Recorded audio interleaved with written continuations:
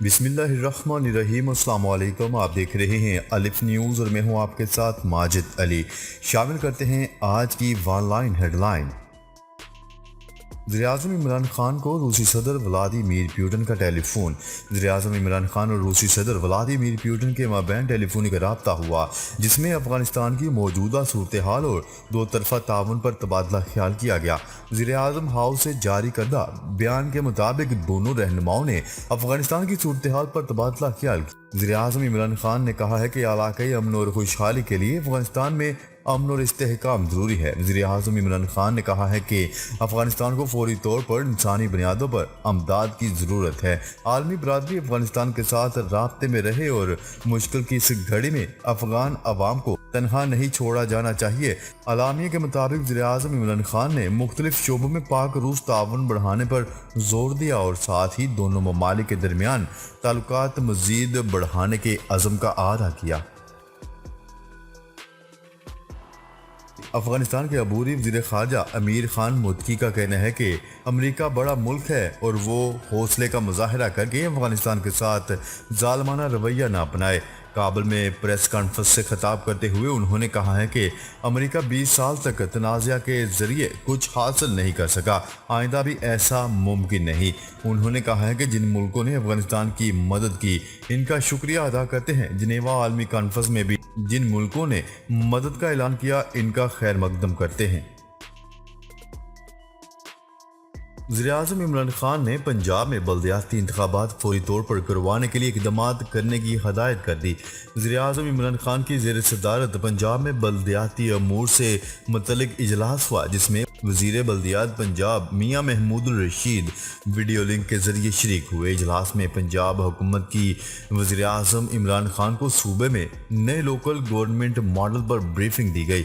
اس موقع پر وزیراعظم عمران خان کا کہنا تھا کہ مقامی حکومت جمہوریت کا بنیادی ڈھانچہ ہے، مضبوط بلدیاتی نظام کے بغیر جمہوریت نامکمل ہے۔ انہوں نے ہدایت کی ہے کہ بلدیاتی نمائندوں کے براہ راست انتخاب کو یقینی بنایا جائے۔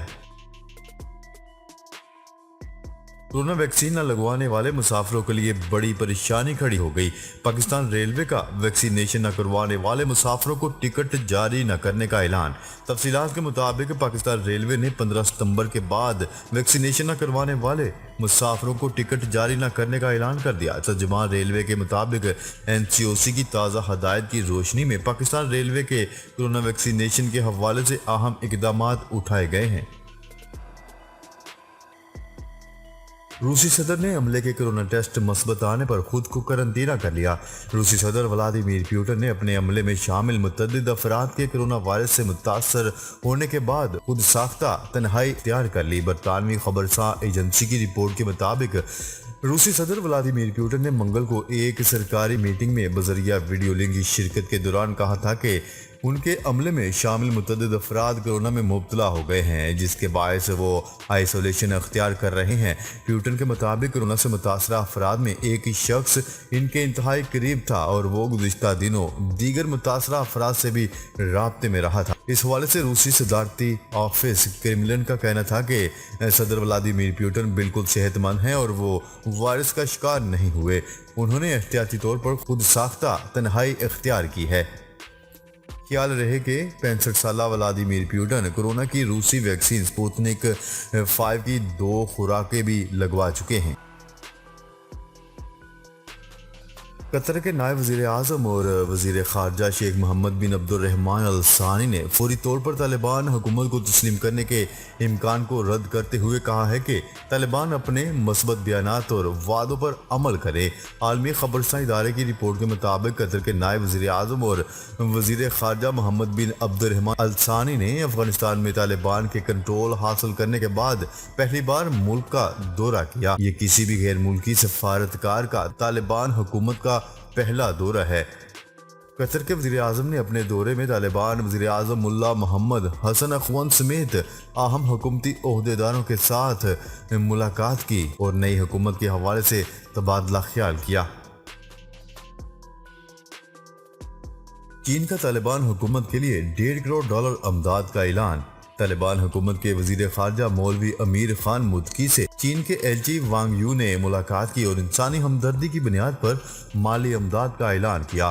امارات اسلامیہ افغانستان کے ترجمان ڈاکٹر محمد نعیم نے سماجی رابطے کی ویب سائٹ پر اپنے ایک پیغام میں کہا ہے کہ عبوری حکومت کے وزیر خارجہ مولوی امیر اللہ متقی سے افغانستان کے لیے چین کے خصوصی ایلچی نے اہم ملاقات کی۔ ترجمان طالبان کا کہنا تھا کہ ملاقات میں چین کے ایلچی برائے افغانستان وانگ یو نے نئی حکومت کے قیام پر مبارکباد دی اور نیک تمناؤں کا اظہار کیا۔ اس موقع پر چین کے ایلچی نے کورونا ویکسین کی 30 لاکھ خوراکیں اور انسانی ہمدردی کی بنیاد پر $1.5 کروڑ کی مالی امداد کی فراہمی سے آگاہ کیا۔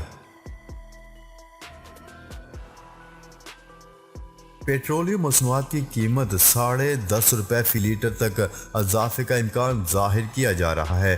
نیوز رپورٹ کے مطابق پیٹرولیم مصنوعات کی قیمتوں میں اضافے کی سمری وزارت خزانہ کو موصول ہو گئی ہے، جس میں ہائی سپیڈ ڈیزل کی قیمت میں $10.5 اضافے کی تجویز دی گئی ہے۔ پیٹرولیم مصنوعات کی قیمتوں میں اضافے کی سمری موجودہ لیوی اور GST کے مطابق تیار کی گئی ہے، جس میں پیٹرولیم کی قیمت میں $1 فی لیٹر، لائٹ ڈیزل آئل کی قیمت میں $5.5 فی لیٹر اضافے کی تجویز دی گئی ہے، جبکہ مٹی کے تیل کی قیمت میں $5.5 فی لیٹر اضافے کی تجویز سامنے آئی ہے۔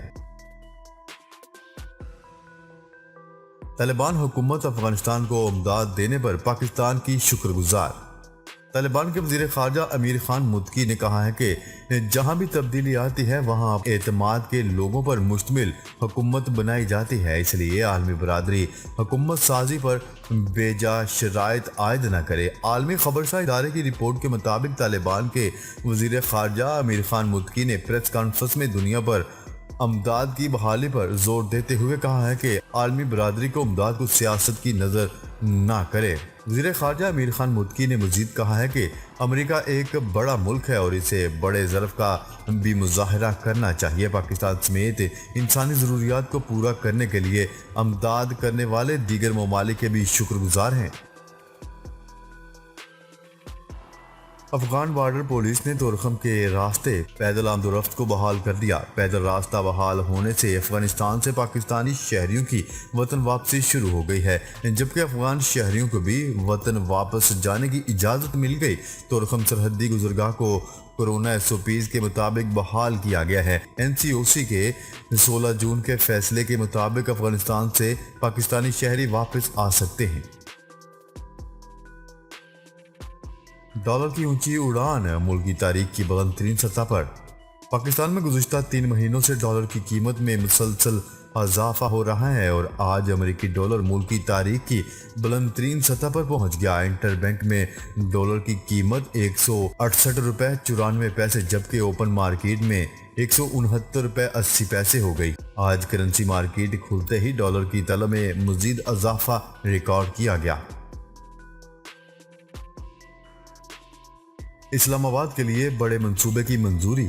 نیوز رپورٹ کے مطابق کیپٹل ڈیولپمنٹ ورکنگ گروپ کا 53واں اجلاس اسلام آباد میں ہوا۔ اجلاس کو بتایا گیا کہ اسلام آباد بس سروس منصوبے کو 873 ملین لاگت سے فروری 2022 تک مکمل کر لیا جائے گا۔ اجلاس کو بتایا گیا ہے کہ شہر کے مختلف مقامات پر 115 عوامی ٹوائلٹس 40 ملین کی لاگت سے 6 ماہ میں مکمل کیے جائیں گے۔ اس کے علاوہ اجلاس میں سینیٹیشن کو جدید مشینری مہیا کرنے کے لیے 889 ملین لاگت کی منظوری دی گئی ہے۔ آن لائن شادیوں میں 28% اضافہ۔